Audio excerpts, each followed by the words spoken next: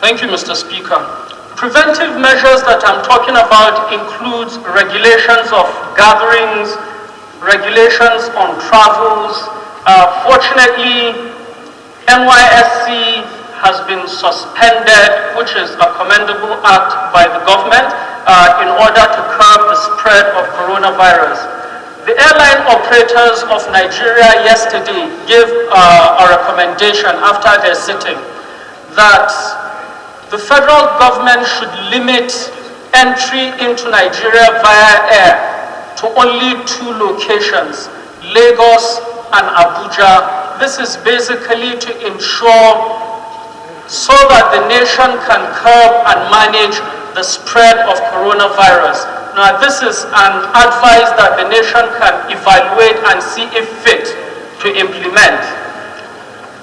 Protocols that need to be put in place in case business premises are shut down. Other nations have shut down offices, schools, and business offices. Now, what protocols do we have in place when such or if such happens in Nigeria?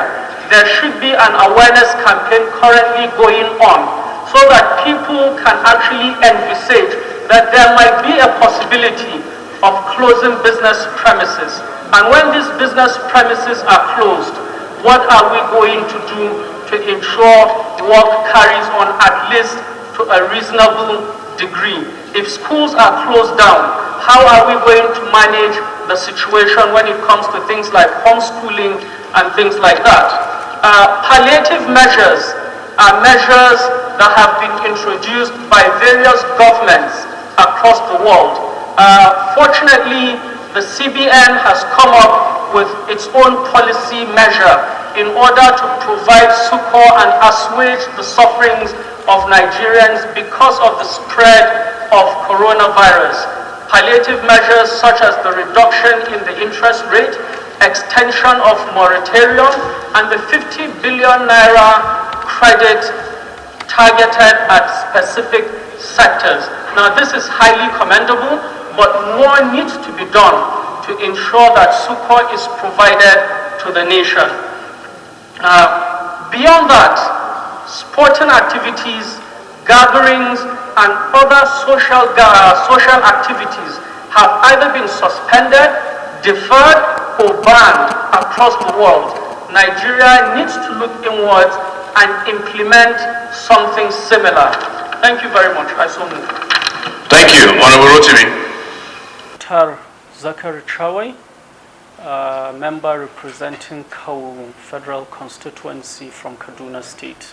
Okay, we're currently in an emergency situation all over the world because of the coronavirus pandemic.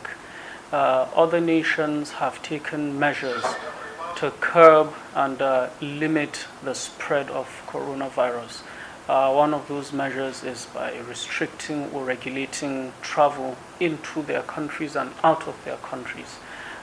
So many people across the country have also clamored for Nigeria to do something similar in order to limit or curb the spread of coronavirus. Basically, it's as a result of that this motion was initiated and also presented on the floor of the Assembly earlier today. It's talking about restricting or regulating air travel. That's the first part of it.